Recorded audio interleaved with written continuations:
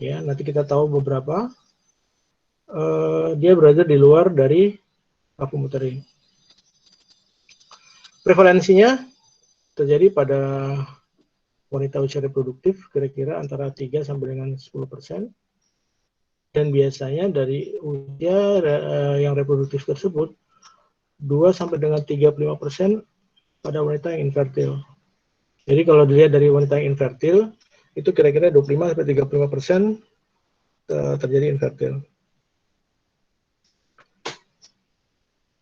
Nah, kenapa bisa seperti itu?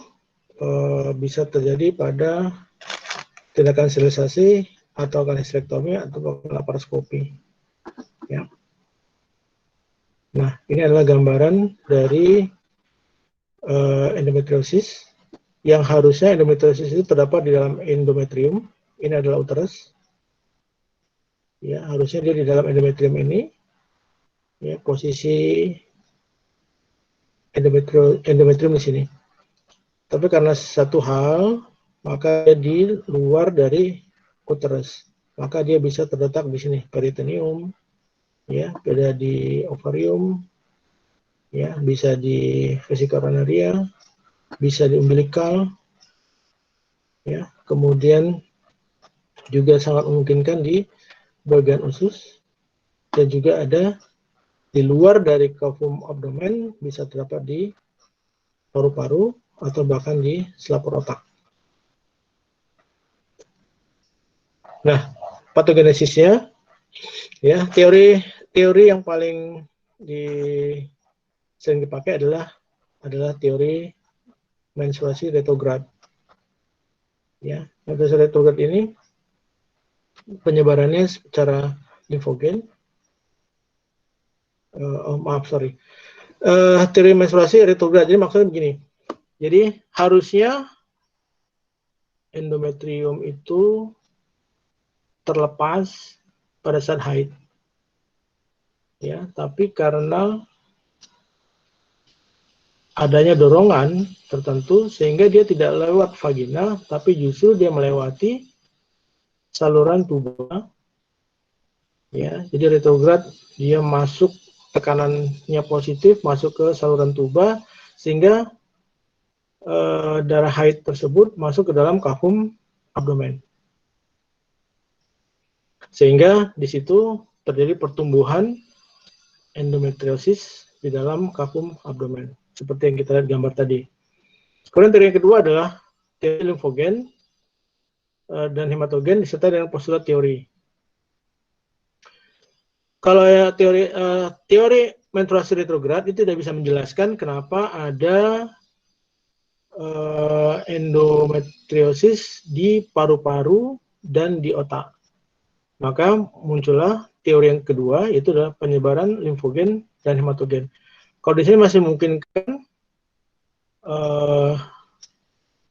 endometrium, ya, terlepas di dalam paru-paru dan di otak.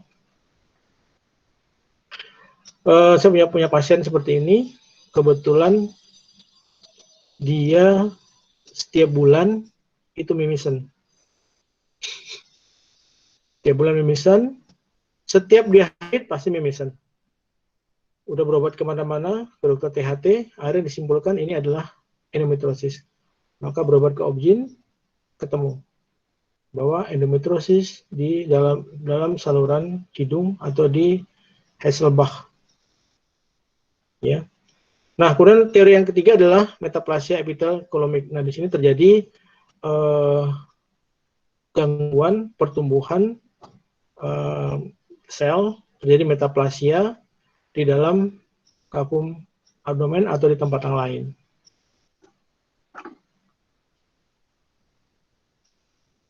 Ya, ini kita lihat gambarannya. Ini adalah uterus. Yang pertama adalah teori retrograd. Ya, harusnya terjadi haid. Kemudian haid itu akan keluar lewat vagina. Tapi oleh satu tekanan tertentu, dia terbalik justru melewati saluran tuba, kemudian dia keluar ke dalam fimbre, kemudian terlepaslah di dalam kahum abdominal. Maka terjadilah teori Trugad. Ya, ini ada endometriosis ini berada di dalam kahum abdomen semuanya.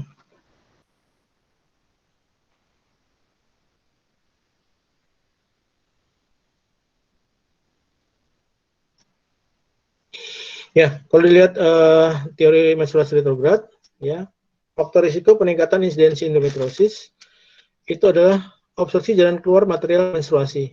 Mungkin di sini ada hemauteri pada porsio, sehingga haid tidak bisa maksimal keluar lewat vagina.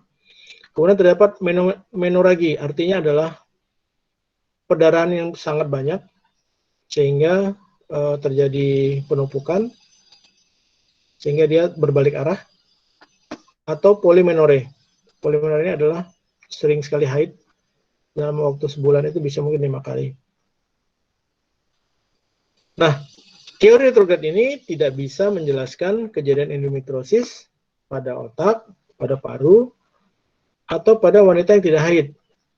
Ya, misal pada sindroma Turner atau agenesis uterus.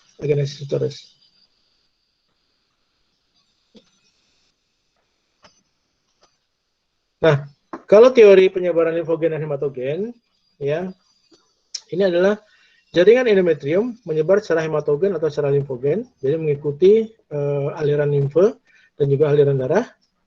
Kemudian dia berimplementasi oleh terstimulasi zat iritan atau hormonal, sehingga dia berkembang di situ. Ya, kalau dalam peritoneum, ya, terjadi stimulasi zat iritan, hormon atau cairan menstruasi, diinduksi mengalami metaplasia. Jadi yang tadinya normal, kemudian mengalami metaplasia, maka terjadilah endometriosis. Ya, teori gabungan di sini dikatakan adalah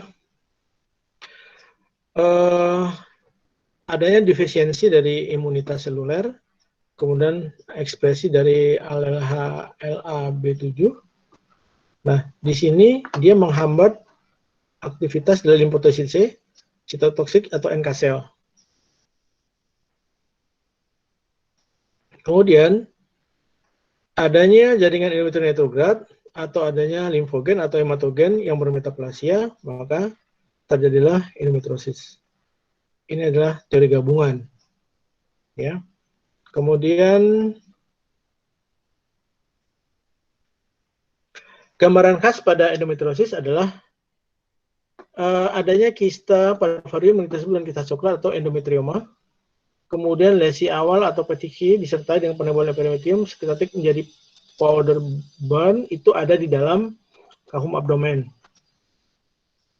Kemudian adanya akumulasi detritus menstruasi menjadi kistik atau coklat atau belum menjadi hitam. Nah, dari jaringan ini kemudian dia menembus dasar lesi, maka terjadilah destruksi atau gangguan fungsi organ, sehingga di sini sering terjadi adanya kistoma ovarii, seperti kistoma ovarii, tapi di dalamnya adalah darah. Karena warnanya kehitaman atau kecoklatan, maka dikatakanlah kista coklat. Nah, biasanya di sini juga terjadi disfungsi organ, misalnya pada dia terkena pada saluran tuba, maka saluran tubanya akan tersumbat. Atau terjadi destruksi di sini, bisa di saluran tuba, bahkan di dalam fimbre, atau bahkan di dalam uterus itu sendiri. Nah, ini adalah contoh di mana mulai awal terjadi endometriosis. Dia pertama adalah bentuk kecil-kecil seperti PTK. Kecil seperti ini, atau di sini, dia menyebar keseluruhan. Hampir semuanya. Ini lama-lama akan menjadi besar. Setiap kali haid, ya, ini akan menjadi terkumpul darah haidnya di sini. Ya, ini juga sama. Maka lama-lama menjadi besar, terjadi bentuk dari kapsul, maka kita katakan itu adalah kista endometriosis. Nah, di mana dalam kondisi seperti ini belum begitu nyeri, tapi lama-lama dia akan sangat nyeri sekali. Jadi salah satu simptom dari endometriosis adalah nyeri haid yang luar biasa. Ini bukan seperti nyeri haid biasa, ya, tapi ini sangat luar biasa, bahkan bisa sampai dengan pingsan. Ya, ini adalah contohnya. Ini dia, ya, bintik-bintik nodul-nodul. Ini banyak sekali menyebar. Ya, ini salah satu yang sudah mulai membesar.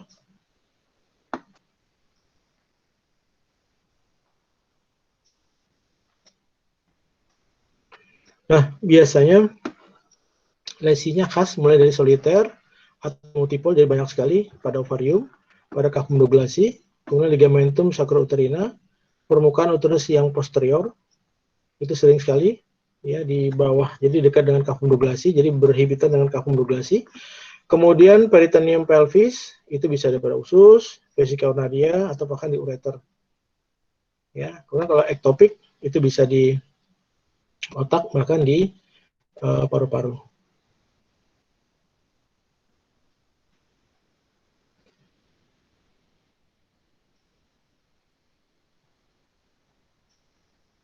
Ya, pada secara histologis dilihat ada perbedaan antara endometrium yang sebenarnya di dalam uterus, ya, dibanding dengan endometrium atau endometriosis di luar dari kafum uterus. Ini dikatakan adalah dindingnya bersel selapis disertai fibrosis dan makrofag, hemosiderin, dan berisi darah. Kemudian gambarannya lesi tidak sama dengan endometrium yang normal, tidak terjadi perubahan reseptor, kemudian tidak ada respon terhadap 17 beta hidroksisteroid dehidrogenase. Ya, efek dari endometriosis itu ada beberapa. Ya, yang paling sering dikeluhkan pada seorang wanita adalah rasa nyeri. Kemudian yang kedua adalah infertilitas. Ya, rasa nyeri ini, ya, itu sangat mungkin terjadi karena apa?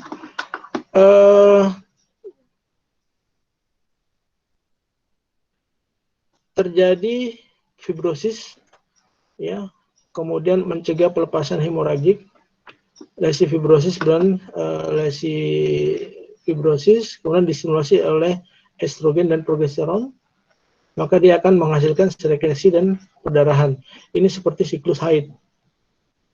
Ya, seperti ini terus berlangsung, kemudian lesi semakin tumbuh. Karena terjadi lesi, maka akan menimbulkan penekanan, inflamasi, dan traksi perlengketan desakan lesi terhadap saraf atau struktur lain yang sensitif. Ya, kemudian akan terdapat nyeri pelvis. Nyerinya seperti orang haid, seperti dysmenorrhea, tapi ini sangat sakit sekali. Lama-lama dia akan menjadi lesi yang luas. Ya, sangat luas sekali sehingga akan menyebabkan pertumbuhan dari kista endometriosis atau disebut dengan kista coklat. Nah, nyeri itu sendiri berhubungan dengan jumlah dan distribusi dari hasil dari endometriosis tersebut, kemudian kedalaman infiltrasi dan juga tempatnya di mana dia infiltrasi. Kemudian akan meningkatkan reaksi inflamasi. Jelas kalau ada terjadi reaksi inflamasi, rasa nyerinya akan muncul. Kemudian kedua adalah infertilitas. Ya. Lesi endometriosis itu menyebabkan perlengketan pada hampir seluruh organ di dalam kafum abdomen. Tapi yang paling sering adalah perlengketan ini pada tuba dan ovarium. Sehingga terjadi gangguan anatomis, ya, karena terdapat gangguan anatomis, maka dia mencegah posisi tubuh ovarian. Jadi antara tuba fimbriae dengan ovum itu terpisah jauh, atau bahkan dia beraposisi, ya, sehingga telur yang dihasilkan keluar tidak bisa ditangkap oleh fimbriae. Kemudian jaringan ovarium juga hancur, ya, oleh gangguan dari endometriosis tersebut. Kemudian terdapat kerusakan tuba Fallopiae. Ini biasanya adalah perlengketan. Karena perlengketan terjadi sumbatan, sehingga terjadilah infertilitas. Seperti dikatakan tadi, antara 25% sampai 35% wanita infertilitas disebabkan oleh endometriosis.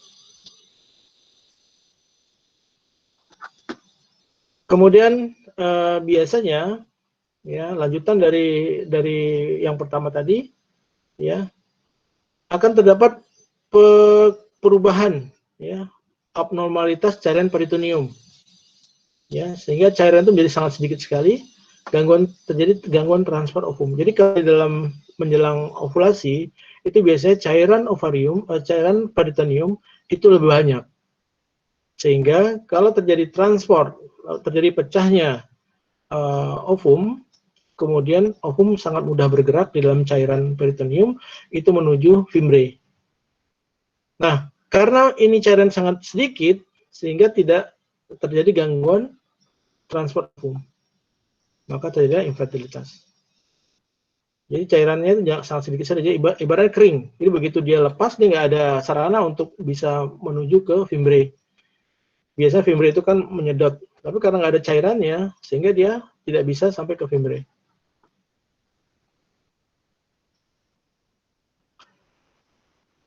Nah, kemudian lesi endometriosis juga, ya, itu juga menyebabkan lesi merah dan kecil, ya, sehingga sekresi PGE estrogen 2 dan PGF2 juga meningkat. Terjadi apa di sini? Gangguan ovulasi dan motilitas tuba. Jadi gangguan ovulasi tidak terjadi pecahnya ovum, kemudian gangguan di dalam motilitas tuba. Jadi dalam tuba itu sendiri ada yang namanya disebut dengan rambut silia. Rambut silia tidak maksimal, sehingga akhirnya dia tidak berjalan sampai ke dalam kafum uterus. Kemudian kalau dia sampai ke dalam kafum uterus, ya, maka terjadi gangguan nidasi, sehingga tidak bisa terjadi kehamilan. Kemudian gangguan adekuasi fase luteal. Fase luteal itu adalah proses di mana terjadi pertumbuhan dari endometrium, ya, fase luteal. Nah, karena gangguan ketiga macam ini, maka terjadi infertilitas. Jadi banyak sekali penyebab kenapa endometriosis itu menyebabkan infertilitas.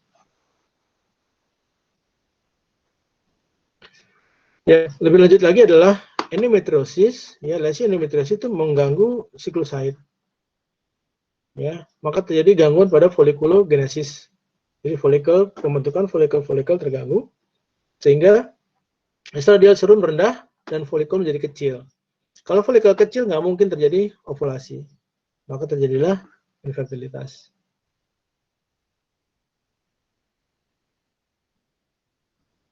Nah, ada gangguan yang lain dari endometriosis adalah defisi imunitas seluler, ya, sehingga apa? Aktivitas makrofag tinggi sehingga sperma diserang karena dianggap itu adalah sebagai benda asing, ya.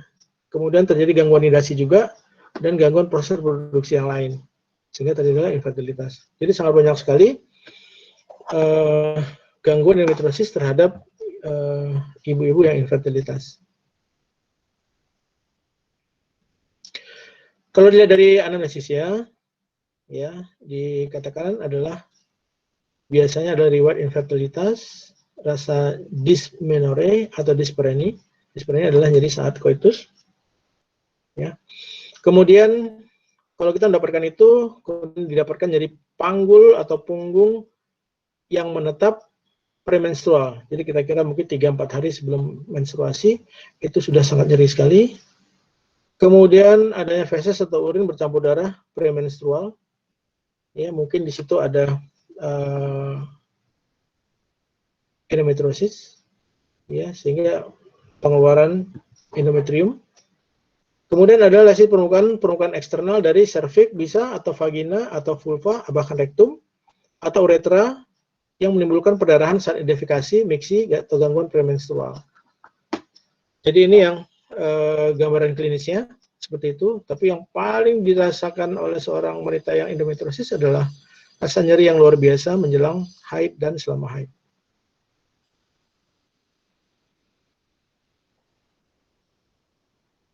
Kalau pada pemeriksaan fisik,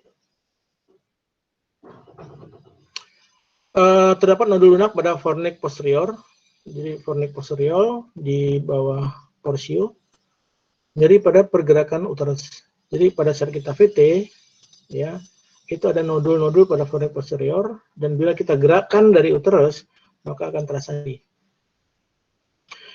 Atau pada saat kita gerakkan uterus pada forsio, maka terfiksasi pada kahum douglasii, sehingga harusnya uterus itu dia mobile, bisa ke kiri, bisa ke kanan, bisa digerakkan. Ini tidak, dia terfiksasi. Kemudian massa lunak pada aneksa pada endometrioma, ya, kita bisa dapatkan seperti gambaran adanya kistoma ovarii.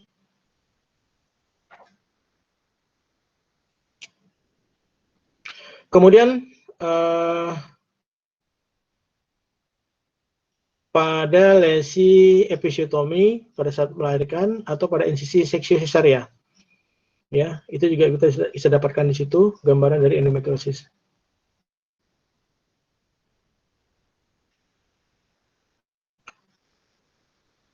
Komplikasi yang lain yang sangat jarang adalah obstruksi usus, ya, tapi bisa terjadi obstruksi usus apabila tadi perlengketan yang luas pada kahum abdomen, itu bisa. Kemudian gangguan ginjal asimptomatik, torsi ovarium itu jarang juga, ya. Kemudian ruptur endometrioma, peritonitis, kejang katamenial dan pneumotorak katamenial.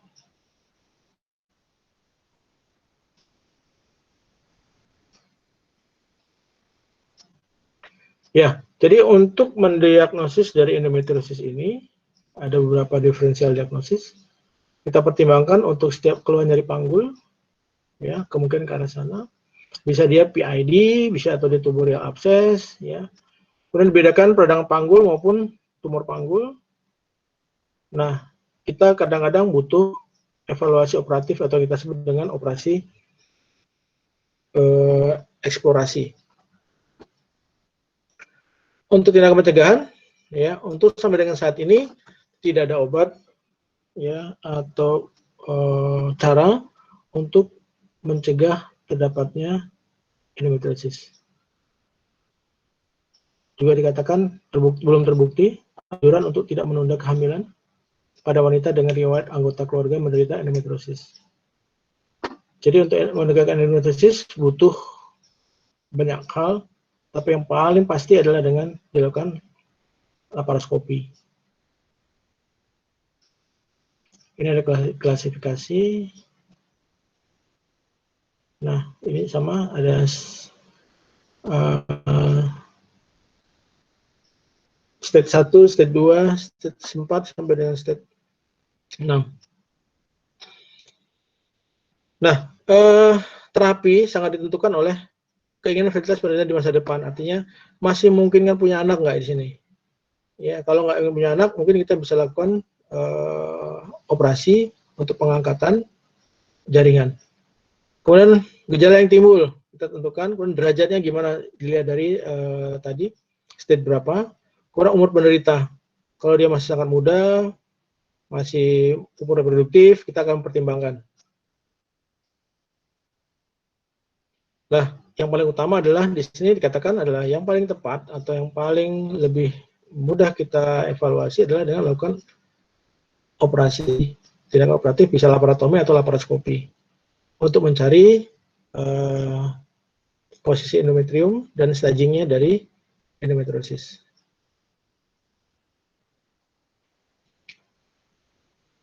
Kita melakukan terapi lanjutan dengan observasi, ya, pada wanita infertil, apalagi yang masa wanita dengan masa usia subur, ya, kita masih memungkinkan untuk dia hamil.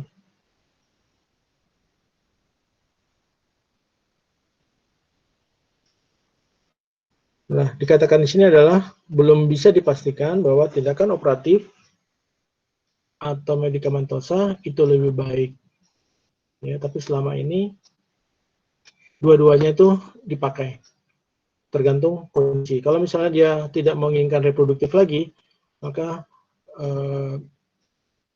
kita bisa melakukan operatif untuk pengangkatan jaringan, ya, atau pada wanita yang ingin hamil masih menggunakan medikamentosa, karena ini masih kontroversi. Ada yang mengatakan jangan terburu-buru untuk melakukan operasi, pada wanita yang masa usia subur dan masih menginginkan fertilisasi, maka digunakan medikamentosa dulu. Karena tindakan bedah bahkan justru akan mengganggu proses kehamilannya. Terapi analgesik kita bisa berikan anti emalgetik, ya, bisa berikan AINS untuk sintesis perlanjinnya. Kemudian terapi hormonal kita bisa berikan kontrasepsi oral selama 6-12 bulan. Artinya dengan kita berikan kontrasepsi oral, maka dia mencegah peningkatan stagingnya. Ya, lebih cepat kita memberikan lebih baik. Karena kalau udah semakin merubah stagingnya makin meningkat, itu pengobatan juga makin sulit. Kita juga bisa menggunakan preparat progestagen. Ya, di situ ada medroxyprogesteron asetat atau gestrol asetat atau depo medroxyprogesteron atau yang sering kita sebut dengan DMP. Ini adalah digunakan untuk ibu-ibu yang KB suntik 3 bulan. Kemudian adalah dari androgen, ya, dari fatnya kita menggunakan danazol. Ya, di sini adalah bekerja pada tingkat hipotalamus, menghambat pelepasan gonadotropin setelah lonjakan HL dan FSH pada pertengahan siklus. Jadi ini sifatnya lebih ke sentral.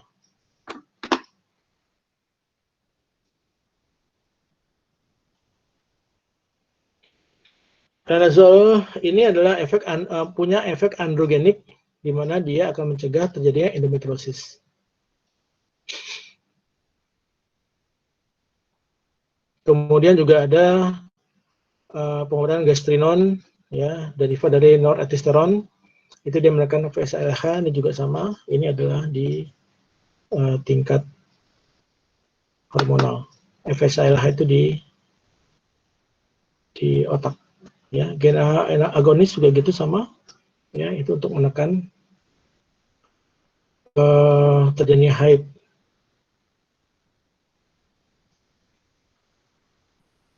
Ya, untuk selanjutnya adalah terapi dengan pembedahan, ya. Terapi pembedahan ini memang kita kalau terpaksa tidak respon dengan obat, kita menggunakan pembedahan. Karena ini biasanya kita gunakan pada orang yang sudah usia tua, tidak menginginkan kehamilan lagi, ya, atau nyeri yang hebat, ya, kalau infertilitas karena ada perlengketannya. Di sini fungsinya adalah untuk menghilangkan seluruh perlengketan, mengembalikan anatomi panggul pada kondisi yang terbaik. Tapi hati-hati, kadang-kadang justru akan merusak.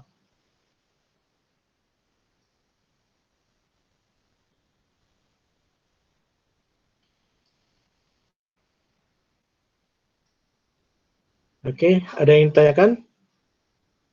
Silakan, saya buka pertanyaan.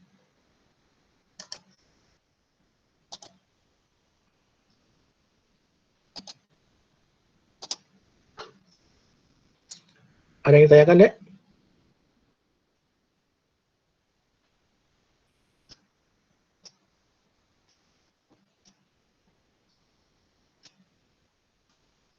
Baik, kalau tidak ada pertanyaan, saya akan lanjutkan.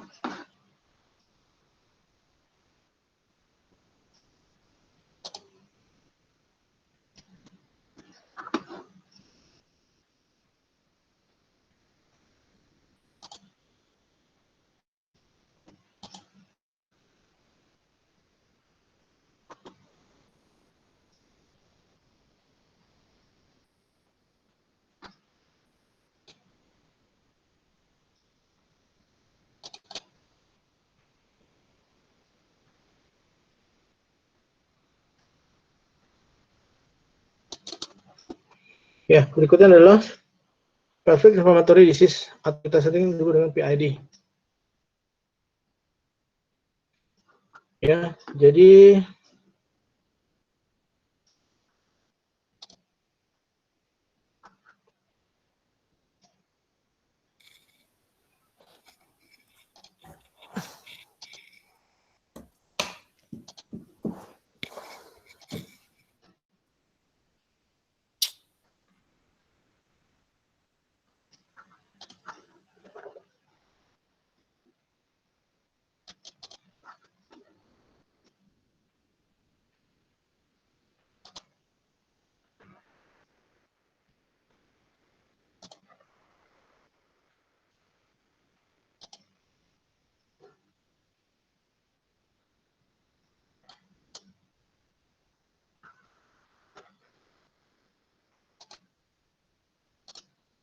Gambaran udah keluar belum dia?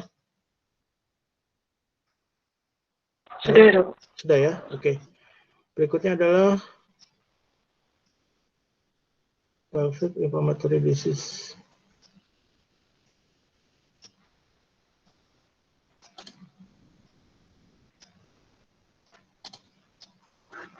Oke. Nah, pelvic inflammatory disease ini, ya, ini adalah nyeri panggul, ya, atau terdapat infeksi pada pelvis yang bersifatnya akut, kemudian dia bisa kronik, artinya pada organ genital internal, kemudian mikroorganismenya itu bisa secara ascendant. Jadi ascendant itu mulai dari vulva, kemudian itu masuk lewat vulva, kemudian lewat vagina, kemudian masuk ke osteometry externum sampai ke osteometry internum, ya, kemudian naik ke atas sampai ke uterus, maka terjadi endometritis, kemudian endometritis naik ke dalam lagi, ya, masuk ke dalam kavum saluran tuba, kemudian dia lepas masuk ke dalam kavum abdomen. Nah, di situ terjadi pertumbuhan organisme melalui ascendant, ya, atau secara perkontinuitatum dari organ sekitar, artinya adalah saling menular, jadi saling tersentuh dari organ-organ sekitar. Itu bisa seperti itu, ya, atau secara hematogen. Infeksinya bisa berupa endometritis, nyeri yang hebat sekali pada endometrium, salpingitis, ya, muncul di salping, itu dia sama nyerinya luar biasa, atau tubuh ovarian abses, ya, atau terakhir adalah pelvic peritonitis. Kalau dari pelvic peritonitis ini sudah sangat meluas, biasa ditangani oleh dokter bedah. Secara klinis kita kesulitan untuk menentukan organ mana yang terinfeksi, karena organ-organ itu adalah saling berhubungan, ya, dan ukurannya juga kecil, sehingga sangat sulit untuk kita bisa memastikan ini yang mana yang terkena, apakah endometriosis, pada endometriumnya, apakah pada salpingnya, apa pada tubuhnya, tubuh ovarian, atau pada pelvic peritonitisnya. Jadi hampir semua sama. Nah, biasanya karena kondisi saling berdekatan ini, maka tidak hanya satu organ yang terinfeksi, bisa bahkan berbarengan.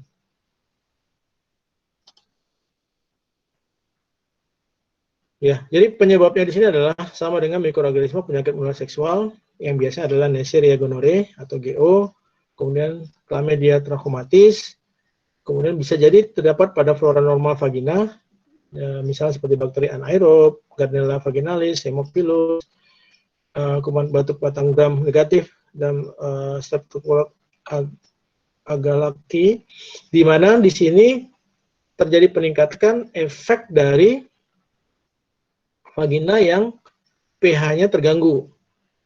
Jadi misalnya vagina itu kan asam, ya, harusnya sekitar 3,5 sampai dengan 5 pH-nya, tapi dengan adanya gangguan, misalnya sering dibersihkan dengan sabun yang basah, ya, masuk ke dalam vagina, sehingga vagina itu menjadi basah. Vagina menjadi basah, maka akhirnya bakteri yang di dalamnya tadinya adalah flora normal menjadi ancaman di vagina, jadi infeksi.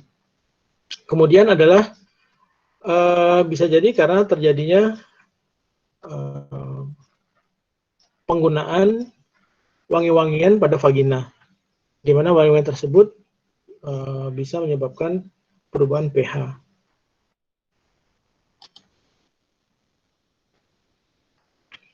Atau bahkan infeksi organ genital internal ini dapat terjadi setelah tindakan. Jadi misalnya setelah abortus atau setelah melahirkan, di mana kita menggunakan alat-alatnya atau sarung tangannya tidak bersih, sehingga memasukkan kuman-kuman seperti Staphylococcus, Streptococcus, E. coli, atau bakteri anaerob yang lainnya ke dalam jaringan kavum uteri, atau bahkan di lewat laserasi jaringan. Ada episiotomi misalnya. Kemudian kalau dia pada penyebaran hematogen, itu biasanya pada tuberkulosis. Jadi hematogen itu, tuberkulosis itu bisa menyebabkan dia bisa berkembang lewat hematogen. Dan peritonitis panggul biasanya lewat hematogen. Nah, kita klinisi kadang sering untuk menegakkan diagnosis dari PID. Karena apa? Karena variasi gejalanya yang sangat luas sekali, berbagai macam. Dan juga biasanya tidak hanya satu organ yang terkena.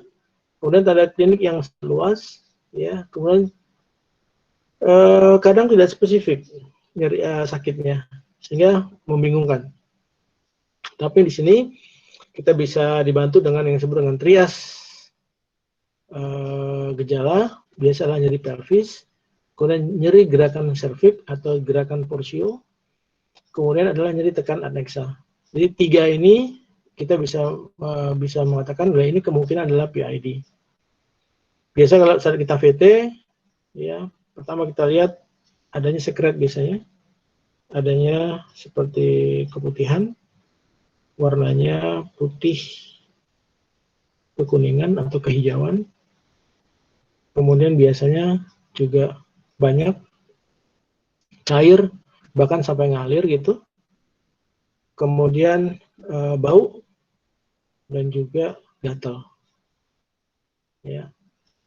Nah, kemudian saat kita melakukan VT, nyeri di pelvis. Jadi pada saat awal kita VT itu ada rasa nyeri. Kemudian kita lakukan pergerakan serviks. Serviks didorong ke kiri, ke kanan, ke atas, ke bawah, maka ibu akan merasa kesakitan. Ini hampir sama pada orang yang dengan KIT, kehamilan ektopik terganggu, hampir sama. Ya. Kemudian nyeri tekan aneksa. Jadi kita melakukan penekanan yang pemeriksaan VT itu bimanual, satu tangan masuk ke vagina, satunya lagi adalah di fundus. Maka kita bisa menekan, ya, memegang fundus, kemudian bisa kita gerakkan kiri kanan sampai ke aneksanya. Nah, kriteria lain adalah biasanya panas, ya, suhu 38, kemudian sekret vagina seperti saya katakan tadi bersifat mukopurulen, ada leukosit pada pemeriksaan mikroskop, sediaan sekret kanalis cervicalis yang diberi salin, ada peningkatan LED, kemudian ada pemeriksaan bakteri kanalis cervicalis ditemukan adalah gonore dan trachomatis. Kalau ada infeksi gonore dan trachomatis dan dia mengenali saluran tuba, maka kemungkinan pasien ini adalah infertil. Kenapa? Karena gonore dan trachomatis itu merusak saluran tuba, akan merusak rambut silia, ya, atau bahkan terjadi obstruksi. Obstruksinya total ataupun parsial. Kalau total maka infertilitas, tapi kalau parsial maka kemungkinan akan terjadi adanya kehamilan ektopik terganggu.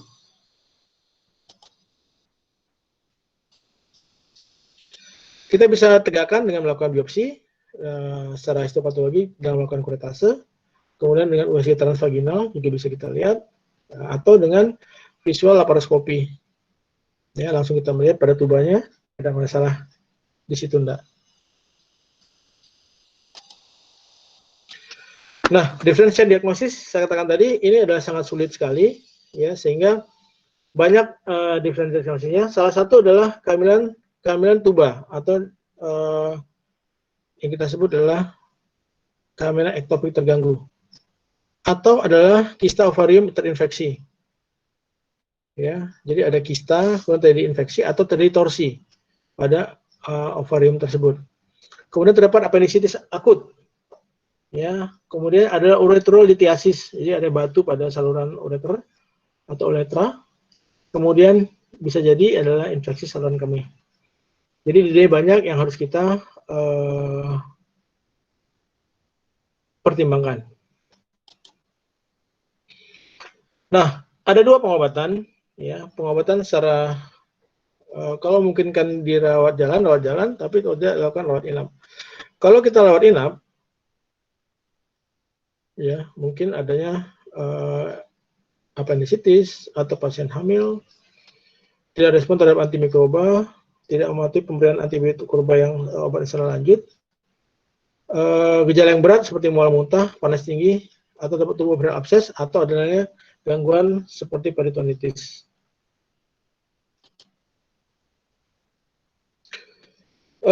Kemudian yang paling baik adalah pemberiannya dengan sebaiknya dilakukan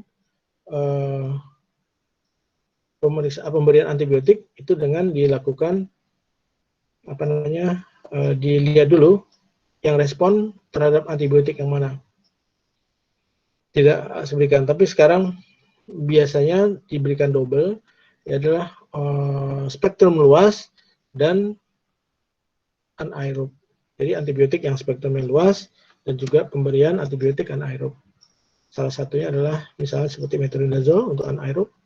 Kemudian untuk yang luas bisa macam-macam. Ya, bisa amoxicillin, cefadroxil dan sebagainya. Nah, kemudian untuk menghindari fenomena pingpong, jadi sembuh muncul lagi, kita akan memberikan edukasi pada pasangan seksualnya. Jadi dua-duanya diterapi sehingga tidak menyebabkan pingpong fenomen.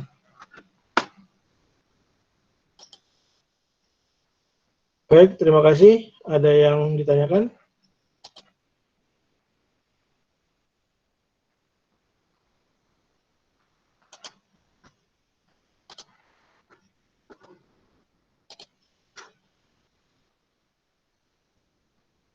Tidak ada?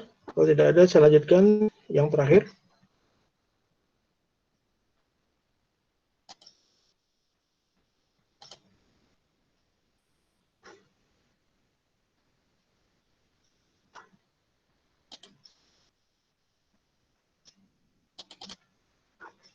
Ya, tubuh ovarial abscess. Tubuh ovarial abscess ini adalah lanjutan dari PID tadi.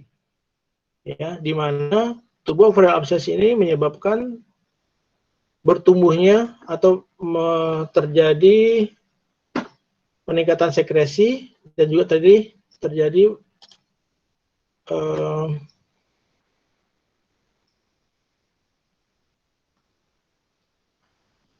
sumbatan, ya, sehingga tuba tadi menjadi seperti trompet, ya. Tuba ovarial abscess itu seperti trompet itu bentuknya. Jadi tuba itu jadi sangat besar sekali, ya. Nah, ini adalah disebabkan dari proses stadium akhir dari pelvic inflammatory disease di mana terjadi infeksi pada tuba. Nah, TOA ini didiagnosis bila seorang pasien dengan PID mempunyai ada massa di pelvisnya. Jadi dari perabaan kita pemeriksaan fisik itu teraba ada massa seperti massa bukan bundar atau kistik, tidak, tapi dia panjang. Maka kita katakan seperti trompet.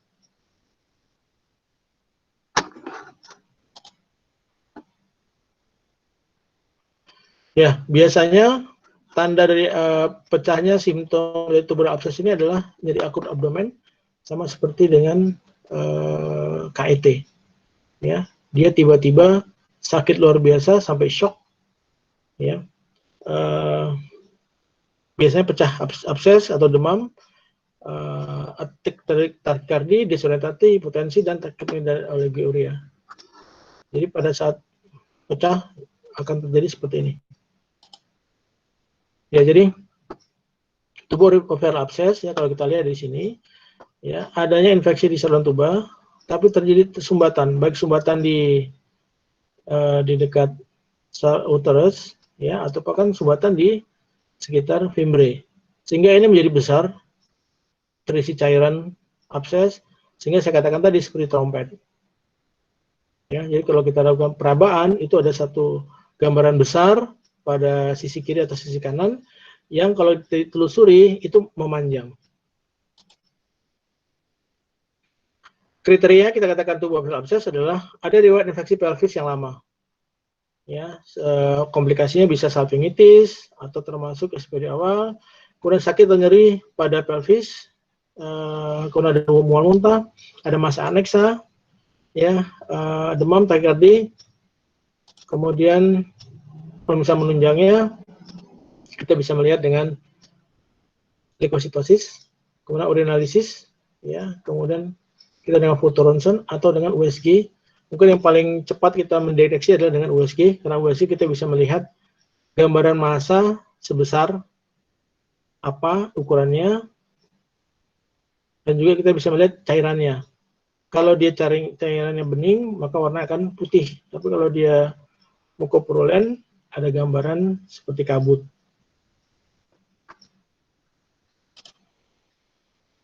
Nah, untuk diferensial diagnosisnya, ya kita bisa mungkin ada kista ovari atau tumor, atau kehamilan ektopik terganggu yang tidak ruptur, jadi kehamilan ektopik yang belum ruptur, ya, atau ada abses periapendik, jadi abses yang sudah cukup besar, ini sudah kronis, ya, atau leiomyoma uteri, atau hidrosalping, ini sering salah dengan hidrosalping, ya, itu beda, ya. Kemudian perforasi apendik bisa perforasi divertikulum atau abses divertikular. Nah, komplikasi ini karena dia di peritoneum, maka jadi peritonitis, maka yang sering terjadi adalah sepsis, atau sering terjadi reinfeksi, atau tadi obstruksi pada usus, ya, kemudian infertilitas atau kehamilan ektopik. Karena di sini adalah kehamilan ektopik biasanya ada gangguan obstruksi, tapi tidak semuanya atau sebagian atau parsial.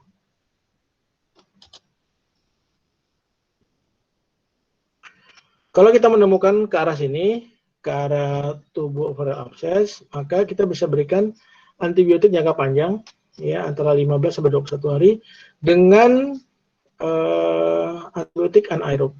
Jadi di sini kita menggunakan metronidazole. Kemudian kalau dia belum pecah, maka bed rest dengan posisi semifolder, kemudian monitoring ketat tanda-tanda vital, kemudian pemeriksaan abdomen ekstra, infus cairan yang mengandung sodium intravenal.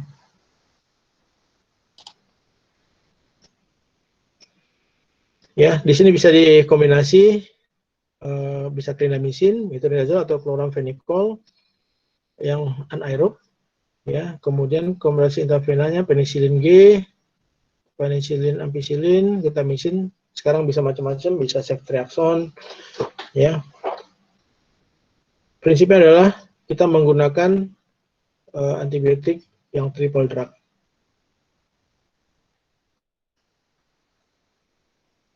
Kalau dia tubuh ovarian pecah, maka bisa dilakukan operasi, ya. Kemudian biasanya kita kerjasama dengan dokter bedah karena terdapat peritonitis biasanya. Baik, untuk hari ini selesai. Ada pertanyaan?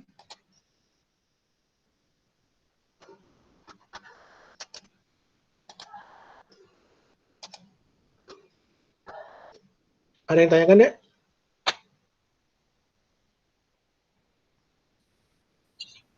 Tidak ada? Belum. Ya, monggo silakan. Dokter,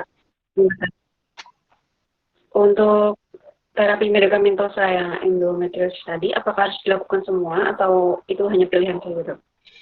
Ya, jadi kalau yang pertama kita melakukan dengan medikamentosa dulu, ya. Kita lihat evaluasi 3 bulan biasanya. Kalau dia menurun atau bahkan tidak terjadi pembesaran dari kista ovari-nya, maka kita biarkan. Jadi dengan penekanan, berian obat-obatan yang hormonal, itu kita biarkan. Sambil kita lakukan induksi untuk kehamilannya, kalau dia infertilitas. Tapi kalau dia tidak respon, maka kita bisa melakukan dengan pembedahan, bisa laparoskopi atau dengan laparotomi. Seperti itu, Dek. Ada lagi yang lain? Terjawab? Iya. Iya, terima kasih, Dok.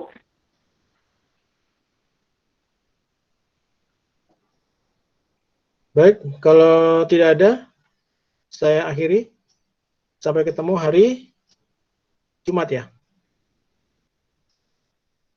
Oke. Baik. Hari Jumat. Jumat ya. Baik, terima kasih. Assalamualaikum warahmatullahi wabarakatuh. Waalaikumsalam warahmatullahi wabarakatuh. Waalaikumsalam. Terima kasih dokter.